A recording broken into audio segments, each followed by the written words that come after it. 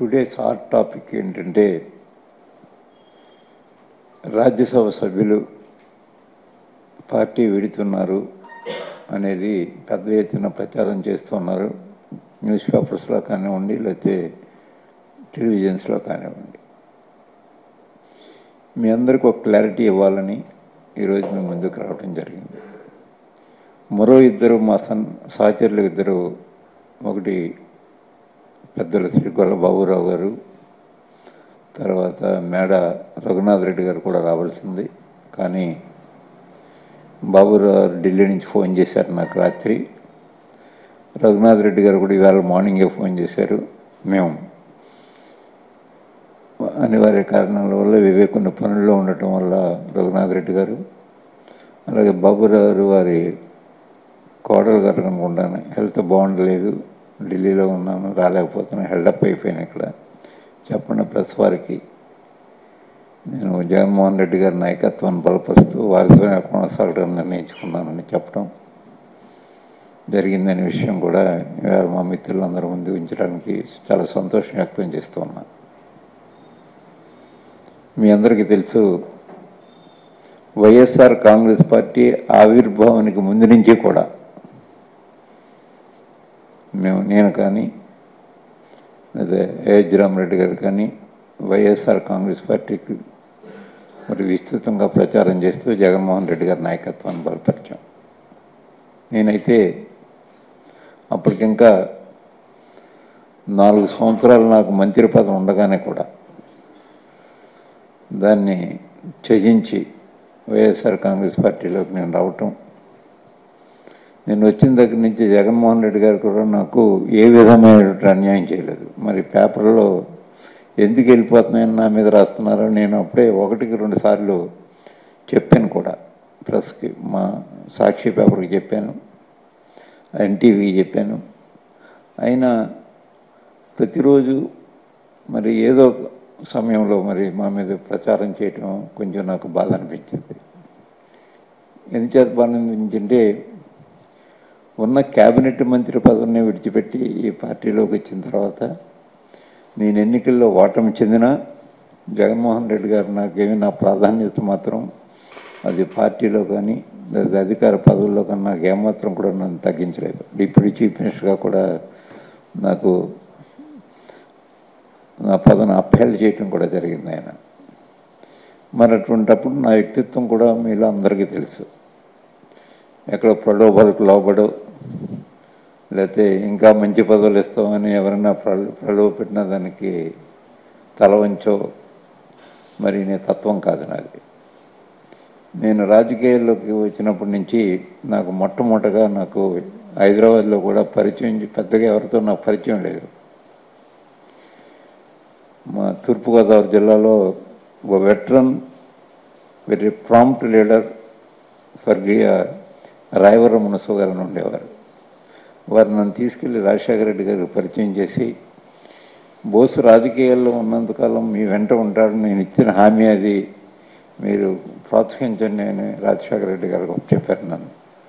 ఆ రోజు నుంచి కూడా నేను రాజశేఖర రెడ్డి గారి నాయకత్వంలోనే ఉన్నాను. కాంగ్రెస్ పార్టీలో ఉన్నప్పుడు కూడా ఏ ఒక్కరోజు, ఇది కొంచెం ఆశ్చర్యమైంది, ఏ ఒక్కరోజు ఏ పార్టీ టికెట్కి పార్టీ అధ్యక్షులు ఎవరున్నా నేను వెళ్ళి ఎప్పుడు అడగలేదు. ఒక రాజశేఖర రెడ్డి గారిని మాత్రమే కలవటం, టికెట్కి దరఖాస్తు ఆఫీసులో ఇచ్చానంటే నువ్వు వెళ్ళిపోయి పని చేసుకో, ఇక్కడ ఎందుకు ఉన్నావు, ఇంకా నేను చూసుకుంటాను నేను చెప్పడం. నేను ఆర్థికంగా స్థితిపడిన కాకపోయినా ఆయనే ఆర్థిక సహాయం చేసి నాకు మరి నన్ను ప్రోత్సహించడం కారణంగానే ఎన్ని రోజులు రాజకీయాల్లో కొనసాగాను నేను. రాజశేఖర రెడ్డి గారి తర్వాత కూడా, ఆయన మరణం తర్వాత జగన్మోహన్ రెడ్డి గారి నాయకత్వాన్ని బలపరిచిన వారు కూడా అదేవిధంగా నన్ను ప్రోత్సాహం చేశారు. అంచేత నా మీద కూడా ఎప్పుడు నాకు దైవం తర్వాత దైవం రాజశేఖర రెడ్డి గారిని గానే భావించాను నేను. నాకు నిర్ణయించే కల్పవృక్షం ఎవరంటే వైఎస్ఆర్ కుటుంబం. నేను మొన్న వచ్చిన సాక్షిలో కూడా రిపోర్ట్ అయింది, ఆర్థికంగా నేను పేదవాడినైనా మరి విధేయతలో మాత్రం నేను సంపన్నున్నే అనే మాట కూడా నేను మాట్లాడితే అది శీర్షిక పెట్టి సాక్షి పేపర్ కూడా మరి వార్త ప్రచురించడం జరిగింది. అయినప్పటికీ ఇంకా దయచేసి నేను మిమ్మల్ని అందరినీ కోరేది ఏంటంటే, నేను ఎప్పుడు అందుబాటులో ఉండేవాడిని, అనునిత్యం ప్రజలతో తిరిగేవాడిని. నాకేమీ వ్యాపారాలు లేవు, నాకేమీ వ్యవసాయ భూములు లేవు, నిరంతరం ప్రజలతోటే ఉండేవాడిని. నేను నా మీద ఏమైనా అనుమానం ఉన్నప్పుడు నన్ను డైరెక్ట్గా అడగండి, తప్పులేదు. డైరెక్ట్గా అడిగి ఇలా మీ మీద వార్తలు వస్తున్నాయి, పార్టీలోంచి వెళ్ళిపోతారని వాస్తవంగా నేను చెప్తాను. ఇక్కడ దాచుకోవాల్సిన అవసరం లేదు. అంటే ఏ ఒక్క రాజకీయ నాయకుడికి కానీ ఏ ఒక్క రాజకీయ పార్టీ కన్నా తలవంచవలసినటువంటి అవసరం నాకు అందుకంటే లేదు. నాకు వ్యాపారాల్లో ఏమీ లేనప్పుడు అక్కడ తలవంచవలసిన అవసరం నాకు ఎందుకుంటుంది? వ్యాపారస్తులే రావాల్సిన అవసరం లేదు, సక్రమమైన వ్యాపారం చేసుకునే వాళ్ళు ఎవరు. అంచేత ఆ పరిస్థితి ఉండదు.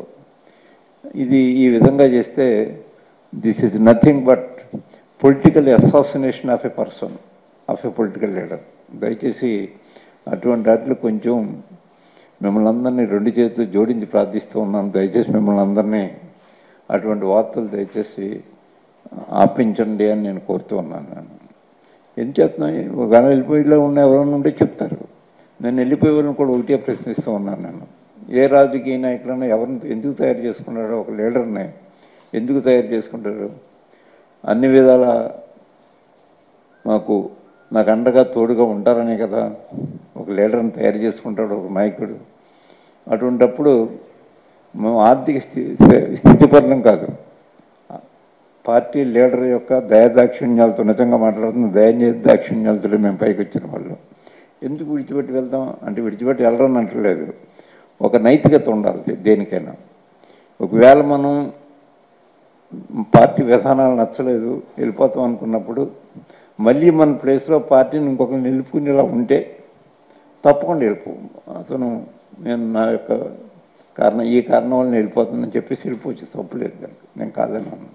కానీ ఈవేళ మాకు వైఎస్ఆర్ కాంగ్రెస్ పార్టీ అటు శాసన మండలిలో కానీ రాజ్యసభలో కానీ మేము రిజైన్ చేసి బయటికి వెళ్ళిపోతే మా స్థానం భర్తీ చేయలేము, కనీసం పోటీ కూడా చేయడానికి మాకు అక్కడ ఓట్లు లేవు.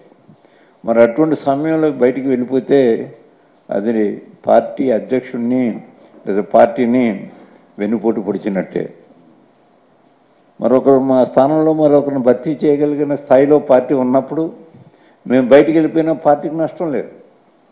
మరి మేము పార్టీని నష్టపెట్టడానికి కాదు మమ్మల్ని ఎన్నుకుంటా, మమ్మల్ని ప్రజల ఓట్లు వేయలేదు, మాకు పార్టీ ఓట్లు వేసింది. మా పార్టీలో గెలిచిన శాసనసభ్యులు ఓట్లు వేశారు, లేదా మా పార్టీలో గెలిచిన పెద్దలు మాకు మమ్మల్ని కాపాడారు. అటువంటి పార్టీకి రెస్పాన్సిబిలిటీ, మేము పార్టీకి సమాధానం చెప్పాల్సిన బాధ్యత మా మీద ఉంది. అంటే పరోక్షంగా ప్రజలకు కూడా సమాధానం చెప్పాల్సిన బాధ్యత ఉంది. మా ప్లేసు భర్తీ చేయటం వచ్చినప్పుడు ఆ పార్టీ ఆ భర్తీ చేసుకునే పరిస్థితిలో లేనప్పుడు అది పార్టీని హత్య చేయటం లాంటిదే, పార్టీ అధ్యక్షుడిని వెన్నుపోటు పడవడం లాంటిదే అది. అందుచేత అంత కృతజ్ఞహీనులు మాత్రం కాదు మేము నేను కానీ అయోధ్య రామరెడ్డి గారు కానీ అంత కృతజ్ఞహీనులు మాత్రం కాదు. మాతో ఉన్న వాళ్ళు ఎవరో ఒకరో ఇద్దరు వెళ్ళిపోయి ఉంటే ఇదొక్క విషయం ఆలోచన చేయాలి. ఇప్పుడు ఎవరినైనా నేను కోరేది ఏంటంటే, మీ స్థానం మళ్ళీ భర్తీ చేయడానికి ఇవాళ ఈ పార్టీకి అవకాశం ఉందా చెప్పండి మీరే. అవకాశం లేదు.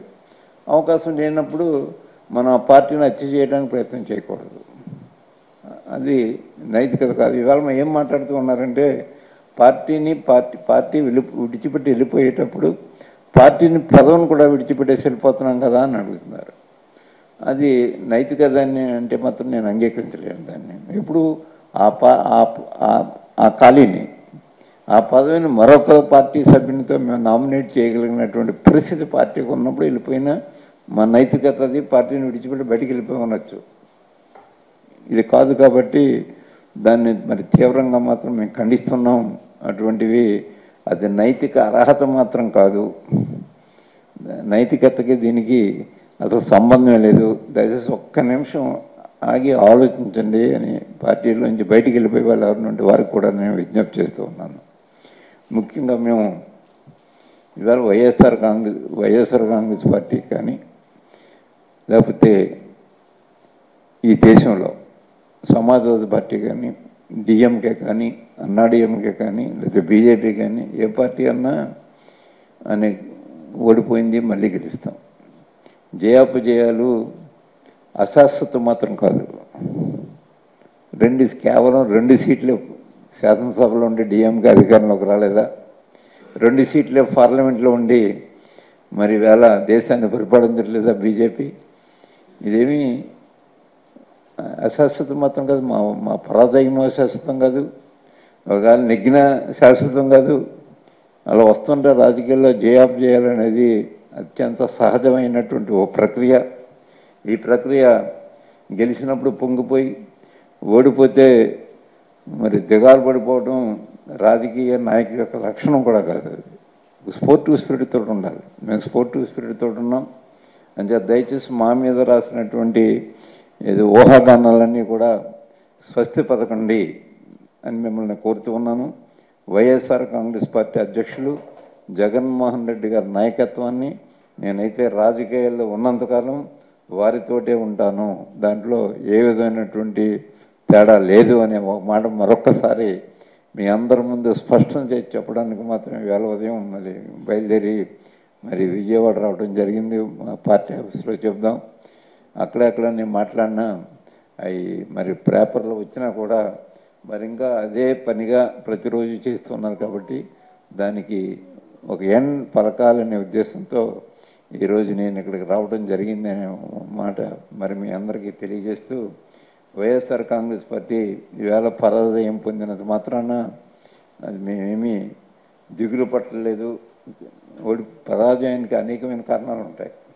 ఒక కారణమే కాదు, చాలా కారణాలు ఉంటాయి. అన్నీ తర్వాత మళ్ళీ ఎప్పుడైనా ఈవేళ మొట్టమొదటి సబ్జెక్ట్ ఏంటంటే మేము పార్టీని వీడి వెళ్ళటం లేదన్నది మళ్ళీ డైల్యూట్ కాకుండా ఉండకూడదు అని రెండో విషయం నేను మాట్లాడలేదు. ఇక్కడ 100కి 100 పళ్ళు జగన్మోహన్ రెడ్డి గారి నాయకత్వాన్ని బలపరుస్తాం మేము రాజకీయాల్లో ఉన్నంతకాలం అనే మాట మరొక్కసారి తెలియజేస్తూ మరి శ్రీ